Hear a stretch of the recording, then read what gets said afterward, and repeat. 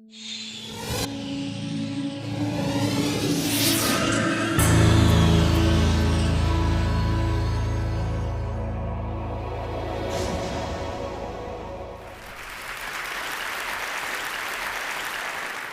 want to talk about social innovation and social entrepreneurship.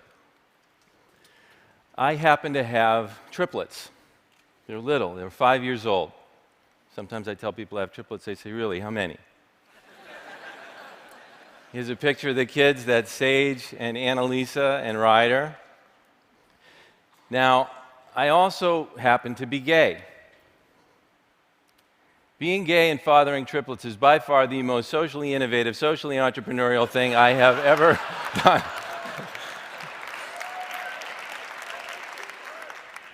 The real social innovation I want to talk about involves charity. Counterproductive, and that's unfair.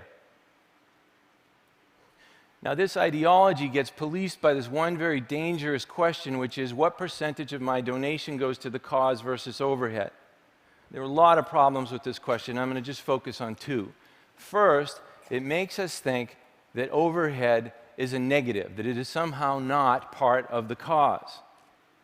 But it absolutely is, especially if it's being used for growth. Now, this idea that overhead is somehow an enemy of the cause creates the second, much larger problem, which is it forces organizations to go without the overhead things they really need to grow in the interest of keeping overhead low.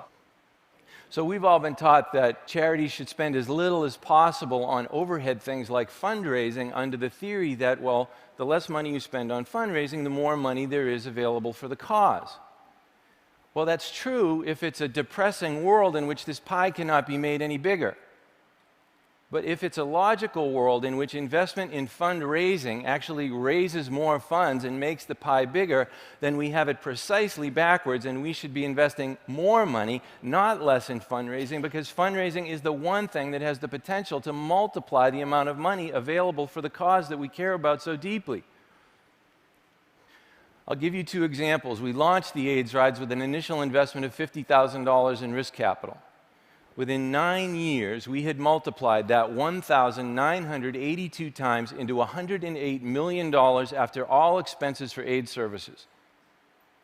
We launched the Breast Cancer 3 Days with an initial investment of $350,000 in risk capital. Within just 5 years, we had multiplied that 554 times into $194 million after all expenses for breast cancer research. Now, if you were a philanthropist really interested in breast cancer, what would make more sense? Go out and find the most innovative researcher in the world and give her $350,000 for research, or give her fundraising department the $350,000 to multiply it into $194 million for breast cancer research. 2002 was our most successful year ever. We netted for breast cancer alone, that year alone, $71 million after all expenses. And then we went out of business, suddenly and traumatically. Why? Well, the short story is our sponsor split on us. They wanted to distance themselves from us because we were being crucified in the media for investing 40% of the gross in recruitment and customer service and the magic of the experience. And there is no accounting terminology to describe that kind of investment in growth and in the future other than this demonic label of overhead. So on one day, all 350 of our great employees lost their jobs because they were labeled overhead. Our sponsor went and tried the events on their own. The overhead went up. Net income for breast cancer research went down by 84%, or $60 million in 1 year. This is what happens when we confuse morality with frugality. We've all been taught that the bake sale with 5% overhead is morally superior to the professional fundraising enterprise with 40% overhead. But we're missing the most important piece of information, which is what is the actual size of these pies? Who cares if the bake sale only has 5% overhead if it's tiny? What if the bake sale only netted $71 for charity because it made no investment in its scale, and the professional fundraising enterprise netted $71 million because it did? Now which pie would we prefer, and which pie do we think people who are hungry would prefer? Here's how all of this impacts the big picture. I said that charitable giving is 2% of GDP in the United States. That's about $300 billion a year. But only about 20% of that, or $60 billion, goes to health and human services causes. The rest goes to religion and higher education and hospitals. And that $60 billion is not nearly enough to tackle these problems. But if we could move charitable giving from 2% of GDP up just one step to 3% of GDP by investing in that growth, that would be an extra $150 billion a year in contributions. And if that money could go disproportionately to health and human services charities, because those were the ones we encouraged to invest in their growth, that would represent a tripling of contributions to that sector. Now we're talking scale. Now we're talking the potential for real change. But it's never going to happen by forcing these organizations to lower their horizons to the demoralizing objective of keeping their overhead low. Our generation does not want its epitaph to read, "We kept charity overhead low."